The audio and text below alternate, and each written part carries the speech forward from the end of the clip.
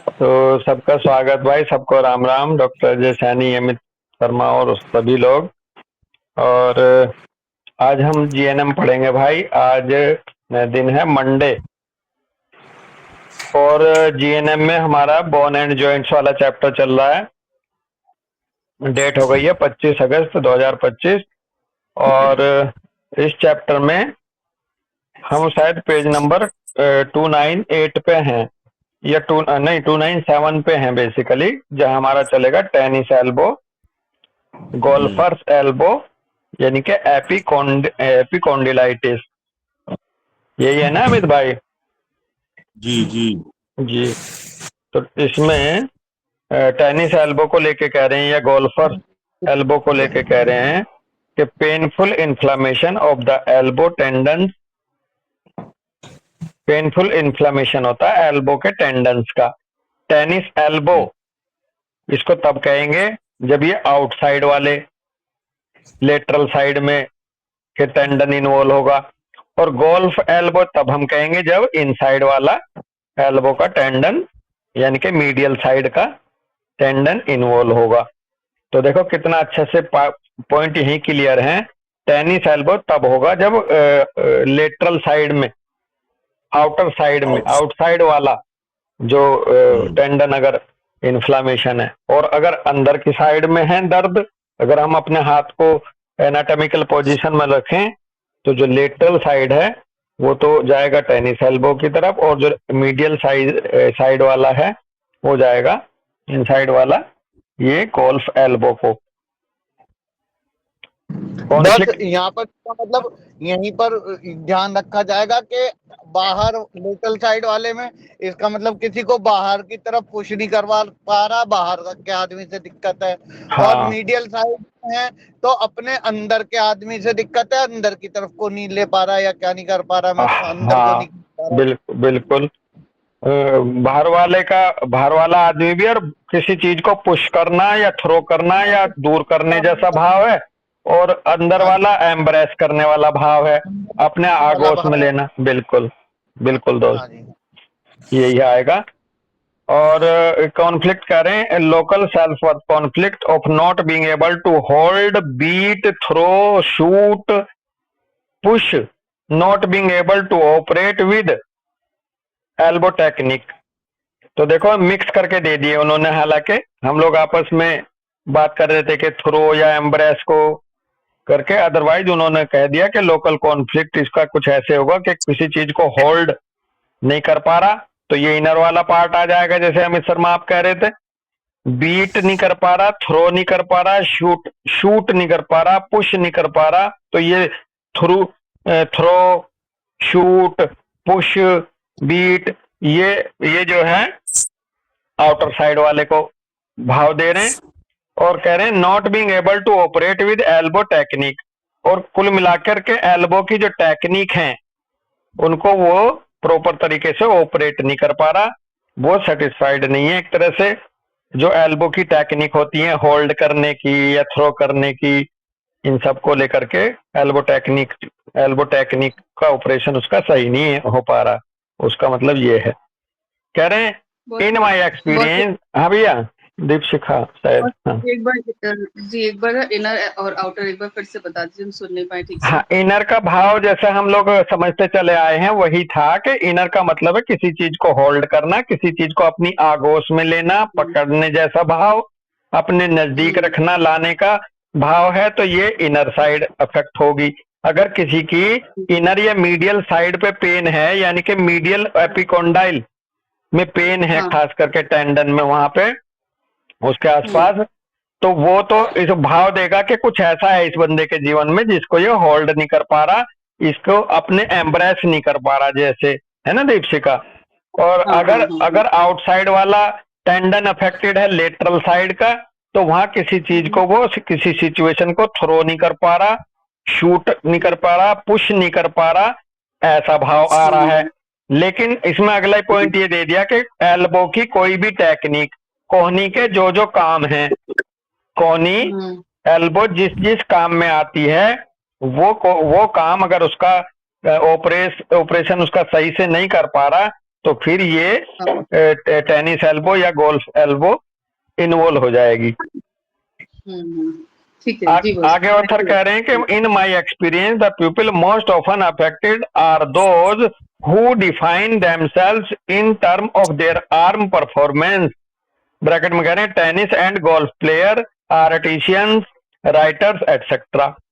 Author कह रहे हैं मेरे अनुभव से वो लोग ज्यादा प्रभावित होंगे इस चीज से जो अपने आप को मानते हैं एक तरह से, या जिनको माना जाता है कि इनकी आर्म की परफॉर्मेंस से जाना जाता है, ये बंदा बहुत अच्छा टेनिस प्लेयर है, बहुत अच्छा गोल्फ प्लेयर है, बहुत बहुत अच्छा आर्टिस्ट है, राइटर है।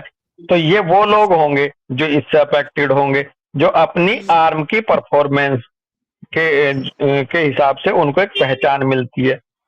It tends to be the knee joint for other, और यही चीज जो है कुछ दूसरों के लिए नी जॉइंट को लेकर भी टेंडेंसी हो सकती है, नी जॉइंट की, उससे भी नी जॉइंट का और एल्बो का लगभग एक सही रिलेशन 287 पेज पे भी उन्होंने कह के चल रहे थे कि ये जो है एक तरह से एनालोगस टाइप के हैं दोनों, जो एल्बो का है वही ऐसे ही नी भी माना जाता है उसी का स्वरूप के साथ।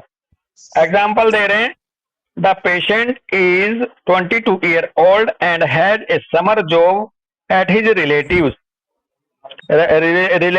रेस्टोरेंट।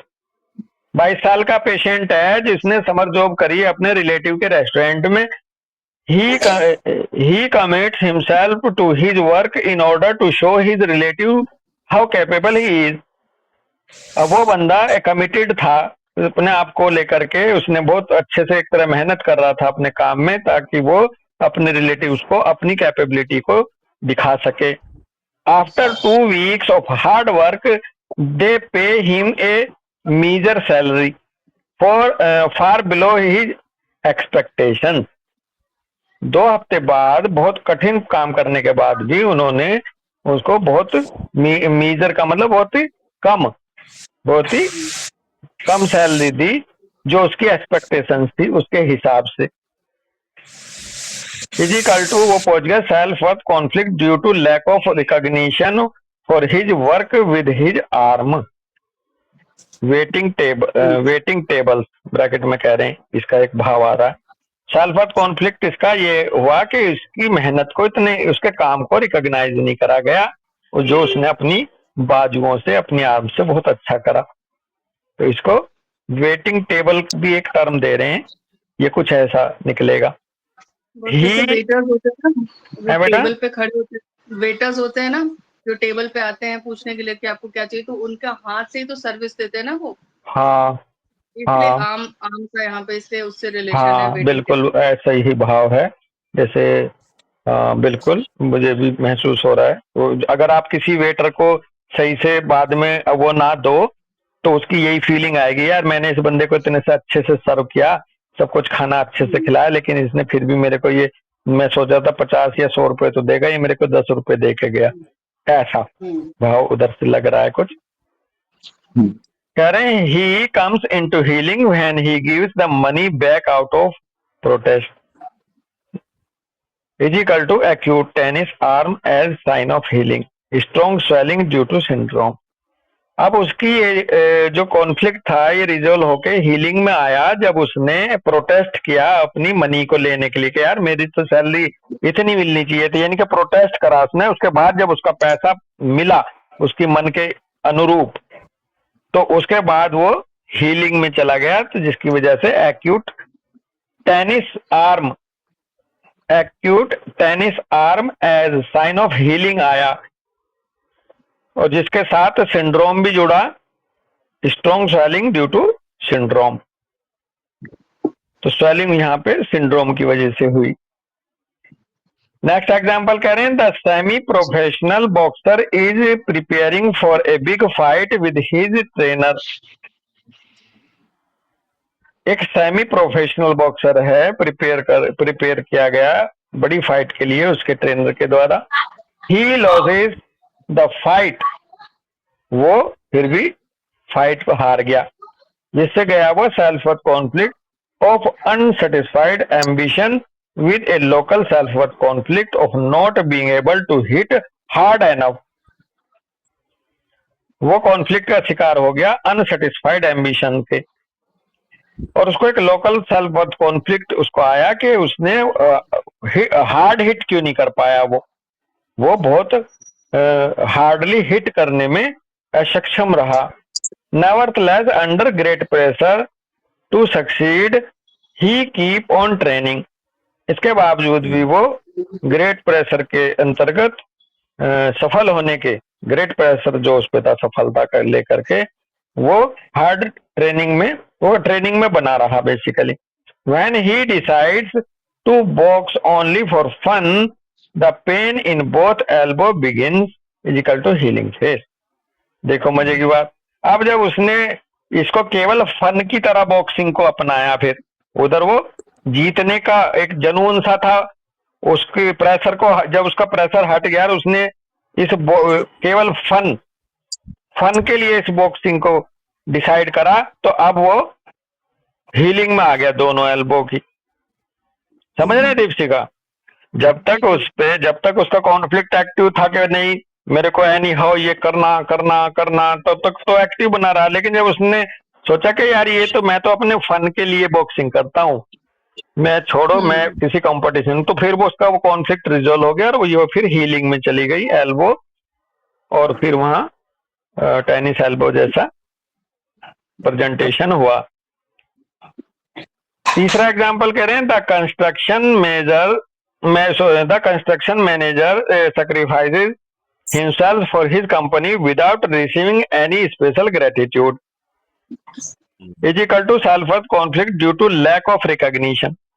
एक कंस्ट्रक्शन मैनेजर है जिसने अपने आप को एक तरह से झोंक दिया, अपना सेक्रीफाइस कर दिया, बलिदान कर दिया अपने आप का सारा मेहनत एक कंपनी के लिए, और उसे स्पेशल ग्रेटिट्यूड मिला नहीं अमित भाई, तो जिसकी वजह से वो बंदा चला गया सेल्फ वर्थ कॉन्फ्लिक्ट में, लैक ऑफ रिकॉग्निशन के।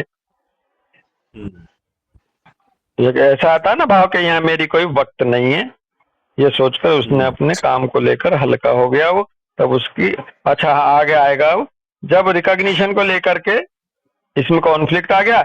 इन a face of total exhaustion he decides not to take his job so seriously anymore and to reduce his efforts.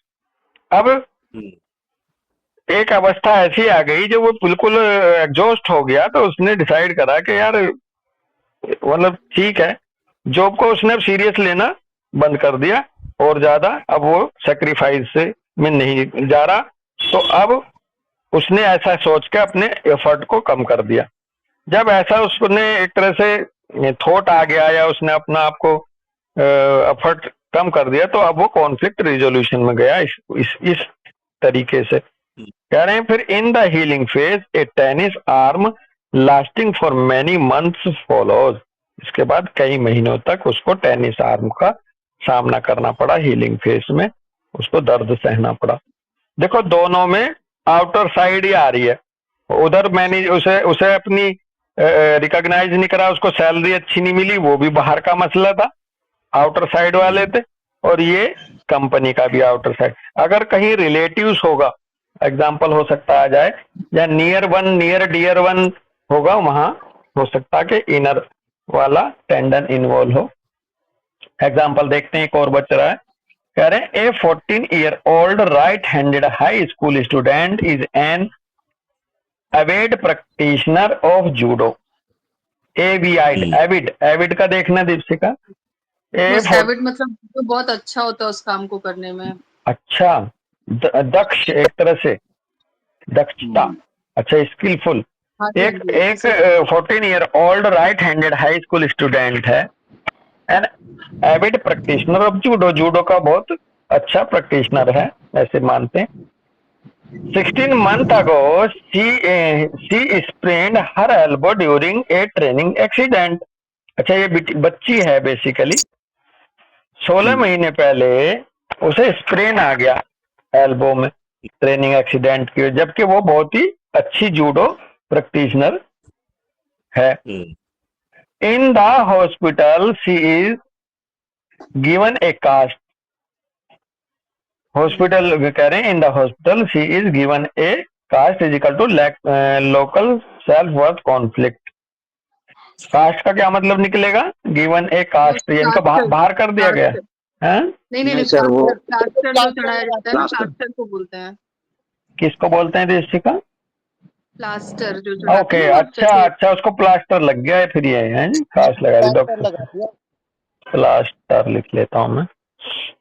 तो उसे प्लास्टर लग गया तो फिर लोकल सेल्फ वर्थ कॉन्फ्लिक्ट में चली गई डॉक्टर से।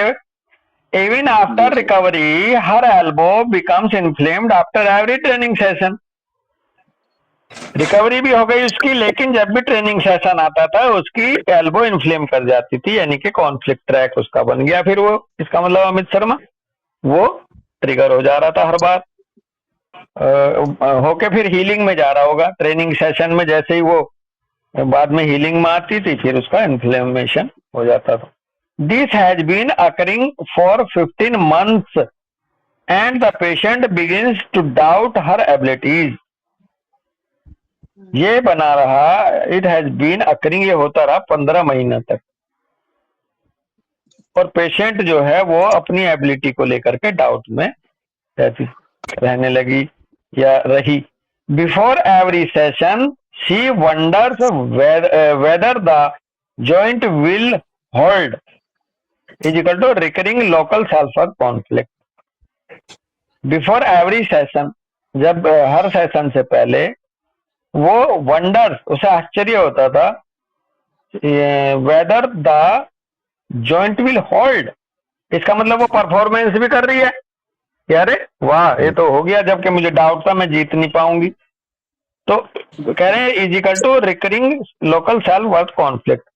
अब देखो यहाँ तो भाव ऐसे आ रहा निकल के कि उसे लगता था कि मैं सही से परफॉर्म नहीं कर पाऊंगी, लेकिन वो परफॉर्म कर ले जा रही है, तो इससे वो फिर हीलिंग में आएगी। जब उसका परफॉर्मेंस अच्छी हो गई तो उसे वंडर्स हुआ उसके लिए, और वो हर बार हीलिंग में चली जा रही है। तो हीलिंग में आने की वजह से पेन बन रहा था, इसलिए यहाँ इसका भाव ये निकलता है कि वो जो सोच रही थी उसके उल्टा वो सफल हो जा रही थी, इसका मतलब। लेकिन अगली बार फिर उसको ऐसा ही डाउट हो जाता था और सेशन से पहले। हर therapist advises her to take a break from training and to take care of her elbow. तो उसके थेरेपिस्ट ने उसको फिर एडवाइस करा कि तुम ब्रेक ले लो ट्रेनिंग से और अपनी एल्बो की कुछ केयर करो। It is not by mere chance that her mother oblique child elbow is the injured one, for the patient says that her mother's praise is very important to her, far more important than her father's or other people. आगे एक भाव और दे रहे हैं कि it is not by mere chance that her mother या child elbow is the injured one. ये कोई नॉट बाय मियर चांस है, ऐसा चांस यहाँ नहीं होगा केवल। ये दूसरी सिर्फ जैसे बोलते हैं ना, सिर्फ मतलब बाय चांस की बात नहीं है कि ये ऐसा हो गया, हाँ मदर चाइल्ड एल्बो इंजर हो हाँ गया है। ओके, हाँ बाय चांस नहीं है ये कि मदर चाइल्ड वाली एल्बो इंजर्ड हुई है। क्यों? आगे बता रहे हैं कि for the patient says that her mother's praise is very important to her. Patient ने बताया कि उसकी माँ की प्रशंसा उसके लिए बहुत महत्व रखती है, far more important than her fathers और अदर पीपल्स। मतलब भाव ये आ रहा कि मेरी मम्मी जो मेरी तारीफ करती है, मेरे को करती है, तो वो मेरे लिए बहुत मायने रखती है, चाहे मेरे पापा या दूसरे करें या ना करें। तो इस वजह से भी ये मदर चाइल्ड एल्बो इन्वॉल्व हो रही होगी, है ना? हाँ जी जी बिल्कुल। Okay, very good. फेस कह रहे हैं हीलिंग फेस में होगा ये इसका presentation. Restoration of the tendons होगा हीलिंग फेज में, is equal to inflamed elbow, tennis arm, golfer arm, ये स्थिति मिल सकती है। थेरेपी में कह रहे हैं the conflict is resolved, accompany the healing, avoid recurrences after the intensive pain is gone, stretching moments and strength training. जब इंटेंस देखो पेन चला जाए। आप कहते ना वो आ गया, इसमें इनर मीडियल साइड में होगा क्योंकि इसको माँ की वो चाहिए। हाँ, इसमें गोल्फर आर्म जैसी वो आएगी। बिल्कुल बिल्कुल, इसमें ये एग्जांपल आ गया, आपने बहुत अच्छे से यहाँ पिकअप कर लिया। यहाँ पर प्रेजेंट इसकी जो पेन होगा ये इनर मीडियल साइड में होगा, एल्बो के, है ना दीपशिखा? क्योंकि मदर का वो जी। चाहिए, इसको अप्रिसिएशन, मदर की प्रेज चाहिए। हाँ। बिल्कुल अमित भाई। नेक्स्ट हाँ कुछ सर कह रहे? इसमें हाँ बाकी जी। बाकी सारे केसेस में लेटरल एपिकॉन्डाइल में आएगा। हाँ आया भी ना पहले, बिल्कुल। हालांकि उन्होंने ये क्लियर नहीं करा, लेकिन अगर बाहर का है, फादर है, आउटसाइडर है, तो फिर लेटरल साइड का भाव आ रहा है। और अगर माँ की प्रेज चाहिए या किसी को होल्ड करना है, मैं होल्ड नहीं कर पा रही अपनी नियर एंड डियर वन को, जो एल्बो की टेक्निक है, जो भी जहां एल्बो काम आती हैं, अगर वो अपने नियर डियर वन वाले के लिए है तो इनर या लेटरल, सॉरी इनर या मीडियल जो पार्ट है एल्बो का वो इन्वॉल्व होएगा। रे भाई ये अपना सर एक यहाँ इसमें भाव आ रहा। एक चीज और हो जाएगी, जैसे ये तो चलो एपिकॉन्डाइल की बात हो गई, लेकिन जब इसमें ऑलिक्रोनल प्रोसेस जो बीच का पार्ट है वो इन्वॉल्व होता है, जहाँ पर उसमें काफी लोगों को इन्फ्लेमेशन और फ्रैक्चर भी होता है अगर, तो हाँ, वो किस पे, मतलब वो फिर कौन सा कॉन्फ्लिक्ट लेकर आएगा?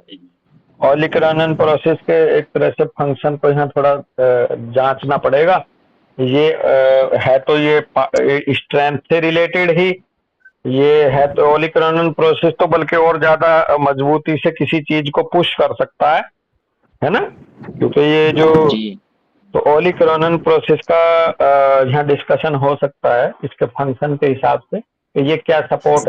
देखो ऑलिकरनन प्रोसेस का सबसे बड़ा लीवर का काम करता है, किसी चीज को उठाना, किसी चीज को थामना, और एक एक थ्रस्ट देता, पावर देता है।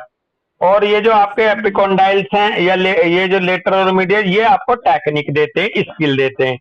तो जैसे धोनी की बैटिंग है, अगर हम बात करें, धोनी की सहवाग की बैटिंग थी और एक थी अजरुद्दीन की या वीवी लक्ष्मण की, जो जो कट कट कट करते थे, स्विंग करते थे बॉलिंग को। तो जो स्विंग करने वाला आउट और इनर साइड में, उसके तो ये एपिकॉन्डाइल अफेक्टेड होंगे।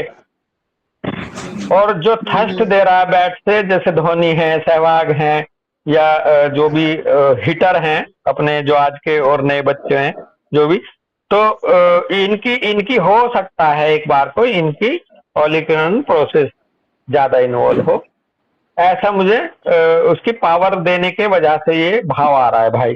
अदरवाइज क्लियर तो तभी होगा। और भी अमित शर्मा कुछ कह रहे हैं आप? बस ये यही है क्योंकि ऑलिकरनन प्रोसेस का काम वही है हमारे को ना, थ्रस्ट प्रोवाइड कराना। हाँ, और होल्ड करना अपनी पोजीशन को। ये लीवर का काम करता है। ये लीवर का मतलब है जैसे क्रेन कोई चीज उठाती है। बस यही हम कह रहे थे कि ये ना जैसे फ्लेक्शन और एक्सटेंशन मेन इसका हेल्प उसमें आता है, फ्लेक्शन में एक्सटेंशन में काम हाँ को। तो हाँ अगर ये तो उससे भी रिलेटेड फिर हो सकता है ना कि फिर जैसा कॉन्फ्लिक्ट है उसके हिसाब से, जैसे कि होल्ड करना चाहता है किसी को, किसी को पुश करना चाहता है, जिस टाइम पे हाँ पेन हो रहा है उसको निकाल हाँ, पाएंगे। आप एक बात देखो ना, हाइपर एक्सटेंसिव जो जॉइंट होते हैं कई लोगों के, जिनमें जिनमें कोहनी नीचे ऊपर को आ जाती है और फोर आर्म नीचे को लटक जाती है, हाइपर एक्सटेंशन होता है। तो इसका मतलब वो थोड़े लूज होते हैं वो डिस्पोजिशन। ऐसे ही आपने देखा होगा घुटने पीछे की तरफ को, जो लोअर लेग है डॉक्टर श्रेय, पीछे की तरफ को ज्यादा निकल जाती है कई लोगों को, तो उनको ये माना जाता है कि ये हाइपोसाइकोसिस में होते हैं, ये वीक पर्सनैलिटी होते हैं। तो अगर ये वीक हैं तो इनका मतलब इनके अंदर पकड़ अपनी स्ट्रेंथ मजबूत नहीं है।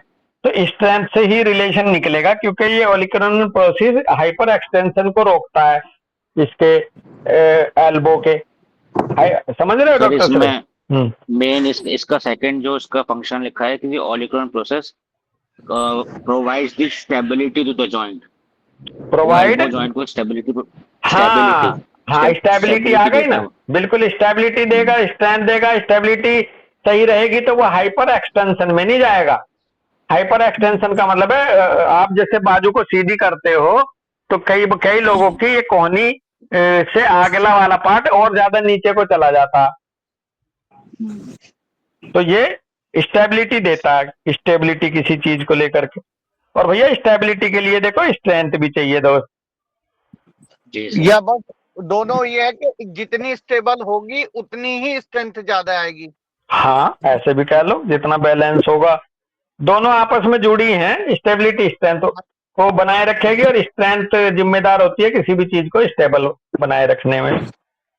हाँ सर जी। इसमें ये भी तो हो सकता है कि जो मीडियल एपिकोंडाइल और लेटरल एपिकोंडाइल है उसके बीच में बैलेंस बना के रख रहा है, तो अगर स्टेबिलिटी आ मतलब गई, कि बिल्कुल स्टेबिलिटी हाँ आ गई, फिर ऐसे ले लो। बस ये अच्छा डॉक्टर सर, इसका मतलब ये हो गया कि अंदर और बाहर दोनों की सिचुएशंस को वो बैलेंस करके चलने वाला आदमी है। हाँ हाँ ऐसा भी आ गया कि बाहर का और घर का दोनों को जो इंसान सही से संभाल लेता है वो अच्छा स्टेबल बंदा होता है। देखो इतनी डायमेंशंस हैं, कहीं भी लागू होएगी उसके हाँ जी। फंक्शन के हिसाब से। भाव सबके जुड़ते हैं दोस्त डॉक्टर से, कुछ फिक्स तो है नहीं कहीं भी। अगला अगला एक हेडिंग और कर लेते हैं। हाँ भैया कोई कुछ कह रहा है जी। इसका इसका 2 फंक्शन और दिया है सर इसमें। जी भाई जी सर। एक स्मूथ मूवमेंट जो help the hinge motion of the elbow by allowing ulna to slide properly.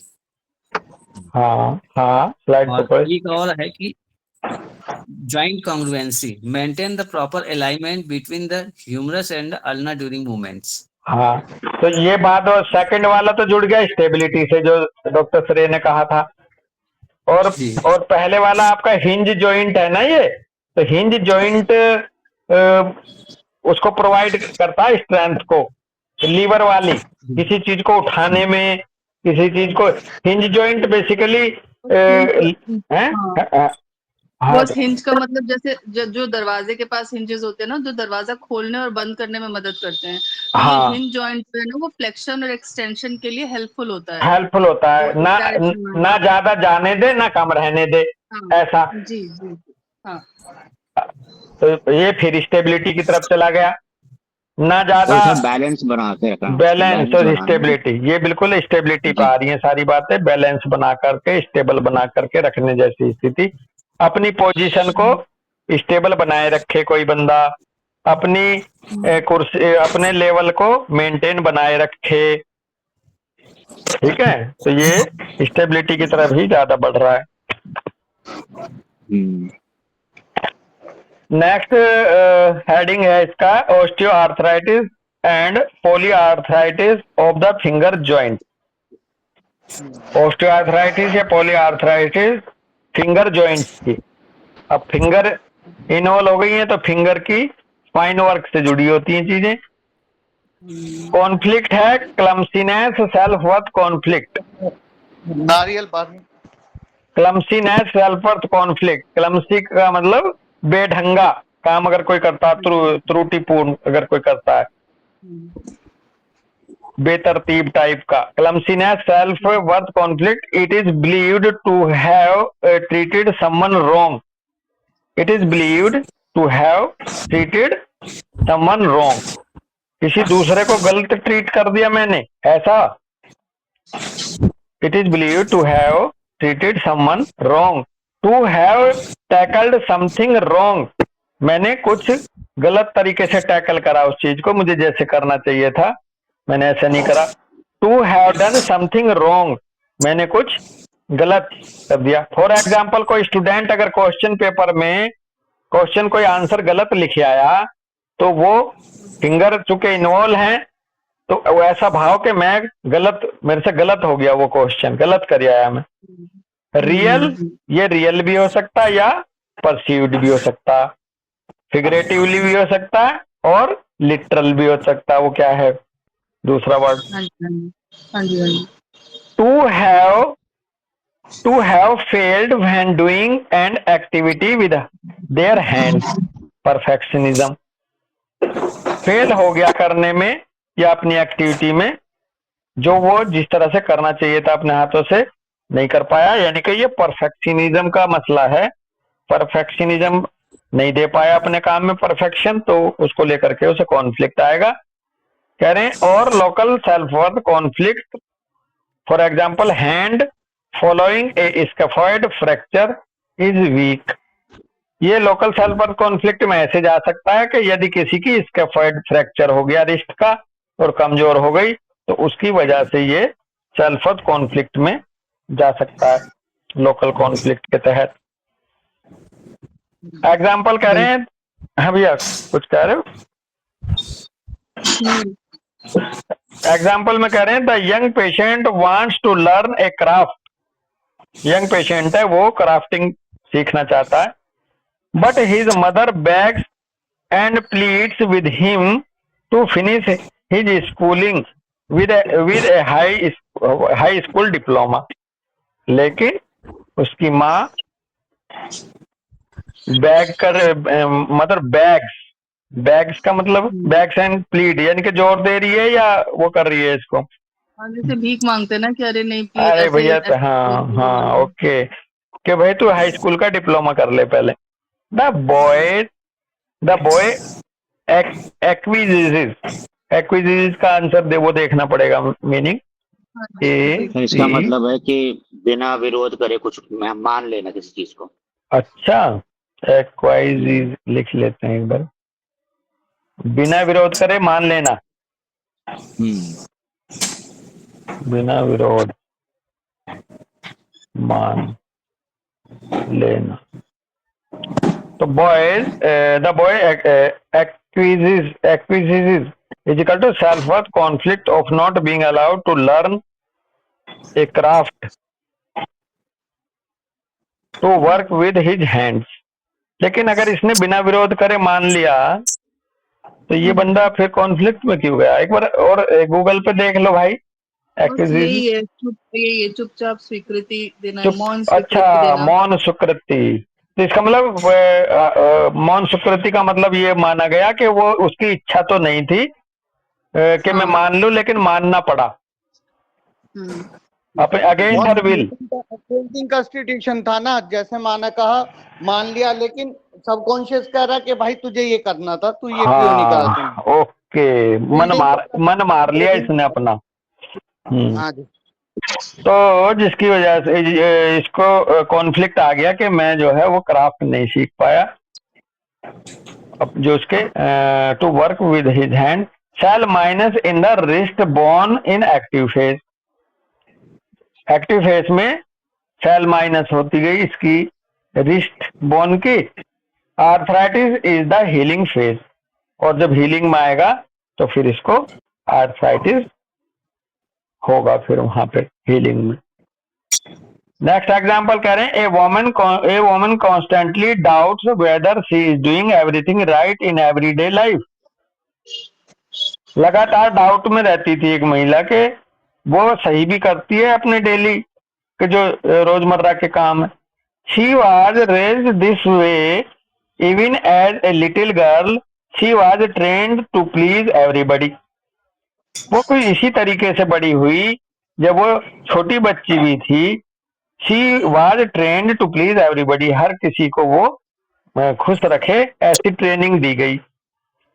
Her perfectionism has lead to daily self worth conflict with regard to her hand. अब चूंकि उसकी परवरिश ऐसी ट्रेनिंग के साथ हुई कि भाई कोई नाराज ना हो जाए, सबको प्रसन्न रखना, सबकी खुशी का ध्यान रखना, तो उसका ये परफेक्शनिज्म उसको अपने डेली के मसलों में, कामों में lead to daily self worth conflict with regard to her hand. तो डेली उसको सेल्फ वर्थ कॉन्फ्लिक्ट कि वो जुड़ा रहा अपने हाथों को लेकर के, क्योंकि वो परफेक्शन के साथ करने चाहती थी अब हर चीज को। The result is thickened joints. लो जी, रिजल्ट जो निकला इसके जॉइंट्स थिकन्ड हो गए।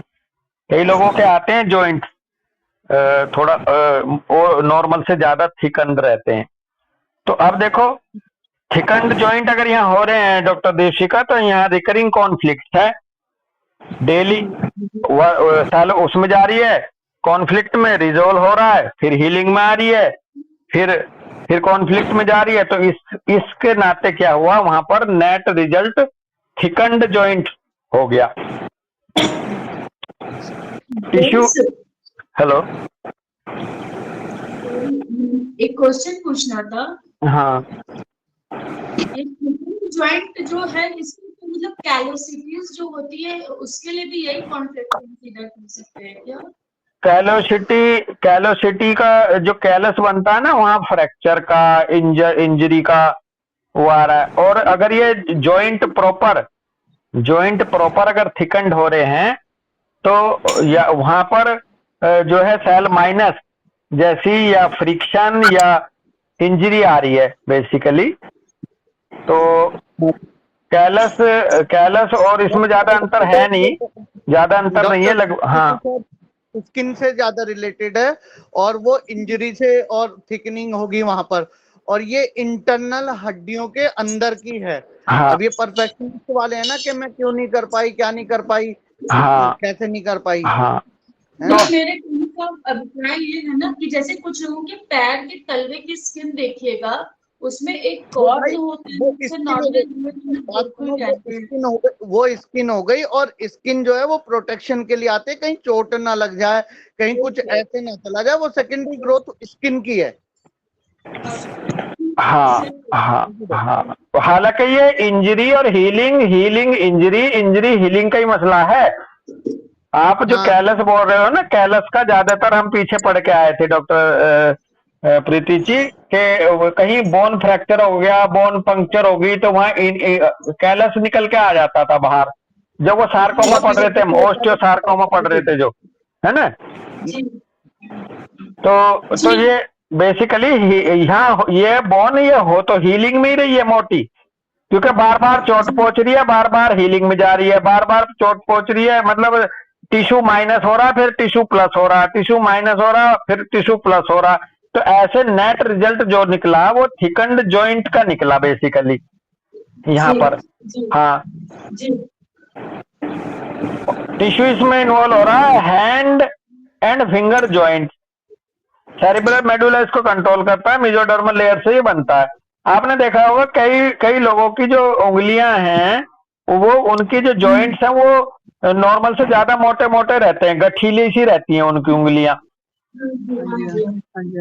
हाँ, तो ज्यादातर फिंगर को लेकर के यहाँ बात चल रही है, तो हैंड एंड फिंगर जॉइंट को लेकर के मोटापन अगर किसी के मिल रहा है तो वहाँ ज्यादा इस पे फोकस रखो। अभी सेरिब्रल मेडुला से कंट्रोल होता है और मेसोडर्मल लेयर से बनता है। फेस आएगी हमारे पास एक्यूट अटैक पॉलीआर्थराइटिस का, यानी कि healing phase, intense healing phase आएगी एक तरह से। आर्थरोसिस ओब्लिक ऑस्टियोआर्थराइटिस मिलेगी is equal to recurring conflict के दौरान।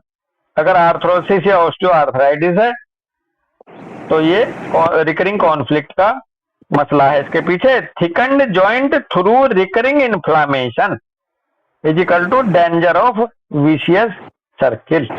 ये जो थिकंड जॉइंट होंगे ये बेसिकली इन्फ्लामेशन रिकरिंग में है, बार बार इन्फ्लामेशन हो रहा, और यहाँ पर फिर डेंजर ऑफ विशियस सर्किल का भी खतरा बन जाता।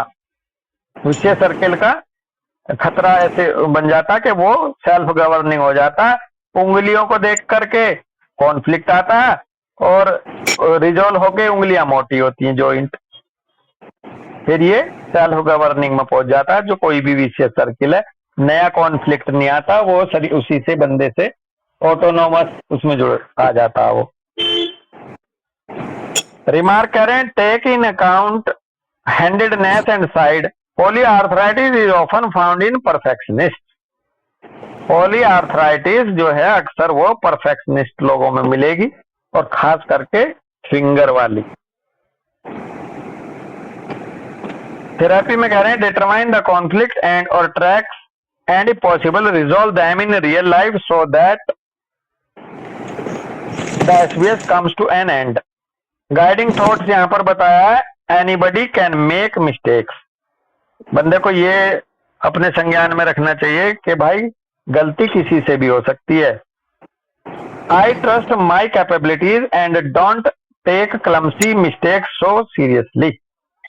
मैं अपनी क्षमताओं पर मुझे ट्रस्ट है और छोटी मोटी जो गलतियां हो जाती हैं मैं उनको ज्यादा सीरियसली नहीं लूंगी, ये नहीं लेना मुझे। मेजर्स करें, measures to take the for acute pain. Arthritis में जैसे एक्यूट पेन के लिए मेजर्स लिए जाते हैं वैसे लेना है। अगर क्रॉनिक फेस है तो फिर ऑस्टियोआर्थराइटिस के मेजरमेंट को देखना है। तो ये था सेकंड हेडिंग इसका, ऑस्टियोआर्थराइटिस या पॉलीआर्थराइटिस। जी बस ये जो परफेक्शनिस्ट वाली बात है, तो ये सेंसिटिव टू क्रिटिसिज्म वाले लोग भी तो हो सकते हैं ना, हो सकता है बिल्कुल कुछ ऐसा हो। वही जाएंगे, बहुत सही आपने उठाया, ये वही जाएंगे जो छोटी छोटी मिस्टेक्स को लेकर के बहुत ज्यादा सेंसिटिव हैं, बहुत ज्यादा कंसाइंशियस हैं, तो वही जाएंगे। ये गलती कैसे हो गई, मैं ये गलती हाँ, कैसे कर सकता मैं कैसे कर सकता हूँ ये गलती भला। मैं वो कर दिया। बिल्कुल। ये ऐसे भी हो सकता है कि कोई बढ़िया सच में, बस सच में कोई ऐसा हो कि क्लमजी हो और उसको जो है उसके साथ वाला कोई क्रिटिकल या सेंसोरियल बंदा रहता है जो उसको हर टाइम उसको इस चीज को दिखा रहा है कि नहीं तुम कितने क्लमजी हो, तुम कितने क्लमजी हो, तो हाँ, क्या उसको भी फिर हो भी तो सकता वो है? टची होगा, फिर भी तो वो टची होगा ना, सेंसिटिव फिर भी होगा। दो बच्चे हैं, माँ दोनों को डांटती रहे है, तो पता चला एक दिल पे ले गया, एक मस्त है उसने नहीं लिया, क्लमसी होने के बावजूद भी। तो बेसिकली जो आपने पहला वर्ड बोला, इसमें मिनिमम सेंसिटिव तो होना ही चाहिए बंदा। मिनिमम रिक्वायरमेंट इसके लिए बंदा सेंसिटिव होना चाहिए। सेंसिटिव टू क्रिटिसिज्म हो, चाहे सेंसिटिव टू, और फिर क्रिटिसिज्म के प्रति सेंसिटिव है, अभी अपनी इमेज को लेकर के है, तो फिर वो परफेक्शनिज्म में जाएगा। परफेक्शनिज्म की कोशिश करने के लिए फिर वो बंदा इधर बढ़ेगा। तो बेसिकली ये मोटी चमड़ी वालों को नहीं होएगा। हाँ, जैसे ये है ना, इसमें लिखा है कि polyarthritis is often found in perfectionist. तो हमारा हाँ, यही समझना था कि सिर्फ परफेक्शनिस्ट नहीं, हो सकता रियल में भी कोई क्लमजी हो या कोई नॉर्मल भी हो जिसके साथ कोई बहुत क्रिटिकल बंदा रहता है, उसको हमेशा हर बात के लिए रियल में क्लमजी अगर है तो वहां दो हाँ, भाव मिलेंगे। क्लमजी है, सुनने का बहुत फर्क पड़ रहा है, या सुनने का फर्क ज्यादा नहीं पड़ रहा क्लमजी होने पर भी, हाँ, जी जी जी जी जी तो ये वहां जाए। तभी मैं कह रहा था कि क्लमजी होने के बावजूद यदि एक बंदा सेंसिटिव नहीं है, उसे तुम रोज कह रहे हो कि यार सही से रख लेकर अपने बुक्स को, बैग को, अपने घर को, उसे फर्क ही नहीं पड़ रहा, तो उसको थोड़ी पॉलीआर्थराइटिस आएगी। हाँ, हाँ जी, क्लमजीनेस हो गया, और बल्कि यहाँ जाएगा वो क्लमजी किसी वजह से, अगर क्लमजी है, मान लो उसका शरीर साथ नहीं दे रहा है या बीमारी कोई और है, उसकी वजह से अपने घर को ठीक नहीं रख पा रहा, और उसको फिर कटाक्ष मिल जाए, और तो फिर वो जा सकता है प्रैक्टिकल। अगर सामने वास्तव में क्लमजीनेस है तो वो उसकी क्लमजीनेस किसी वजह से हो सकती है। लेकिन दोनों कंडीशन कहीं भी पहुंच जाओ, बंदा अंदर से सेंसिटिव, सेल्फ स्टीम वाला और कंसाइंशियस कह लो, और इस तरह का मिलेगा आपको जो इस बीमारी का शिकार होएगा। और फिर आर्थराइटिस हम पढ़ते चले आए हैं, ये जो जॉइंट जाते हैं ये स्टीम वाले बंदों के जाते हैं, जिनको अपनी बर्थ, अपनी सेल्फ स्टीम प्यारी होती है, उनके जोड़ का मतलब यही तो माना जाता है कि मेरे घुटने टिक गए, या घुटनों का मतलब एक अपनी स्टीम से रिलेटेड है। तो ये सेल्फ स्टीम है, इसकी अपनी इमेज, अपनी वैल्यू, अपनी इज्जत, और इसकी ये बल्कि परफेक्शनिस्ट तो ये उसको संभालने के चक्कर में बनता है फिर। अब जैसे कार्सिनोसिन है, कार्सिनोसिन की अगर हड्डियां सूजेंगी तो वो सबको खुश करने में लगा रहता है जी। अगर नेट्रम की सूजेंगी तो नेट्रम को किसी का कहना पसंद नहीं है, कोई उंगली ना उठा दे मेरे काम पे। हाँ जी, तो ये सबके अपने अपने डिस्पोजिशन के हिसाब से लेगा हर बंदा। हाँ जी, तो ऐसे कुछ निकलेगा भाई। हाँ जी। बस इसमें दिक्कत ना, जो आप देखेंगे तो जो हमारे अधिकतर वही आ गई, एक तो प्लीजिंग वाला उन्होंने दे रखा है ना, प्लीजिंग हो गए, परफेक्शनिस्ट हो गए, मैं क्यों नहीं कर पा रही, मैं क्यों नहीं कर पा सकी, या कोई मेरे को कह रहा है तो ये कहाँ क्यों रहा, क्योंकि अधिकतर तो ये वो रूब्रिक्स आते हैं ना, डेली केयर अफेक्टेड बाय या केयरफुल वरीज ऑफ, ये इस तरह के ही लोग होते हैं। हाँ, सेंसिटिव टू क्योंकि रोजमर्रा का क्रिटिसिज्म, काम, उंगलियों का काम बेसिक काम है बिल्कुल। तो वो डिस्पोजिशन ये तय कर देगी डॉक्टर दीपशिका कि ये मेडिसिन इसमें किस लिए गई है। इस पॉलीआर्थराइटिस में ये इसलिए गई है क्योंकि इसे अपनी इमेज का था, इसमें अपने किसी और उसी वजह से इसको परफेक्शनिस्ट होना था, अपनी वैल्यू के लिए, अप्रिसिएशन के लिए, अपनी वर्थ के लिए, अपने स्टीम को बनाए रखने के लिए। ये सबकी भिन्न भिन्न डिस्पोजिशन के हिसाब से कई मेडिसिन को अपना अपना पॉलीआर्थराइटिस हो सकता है अपनी अपनी वजह से।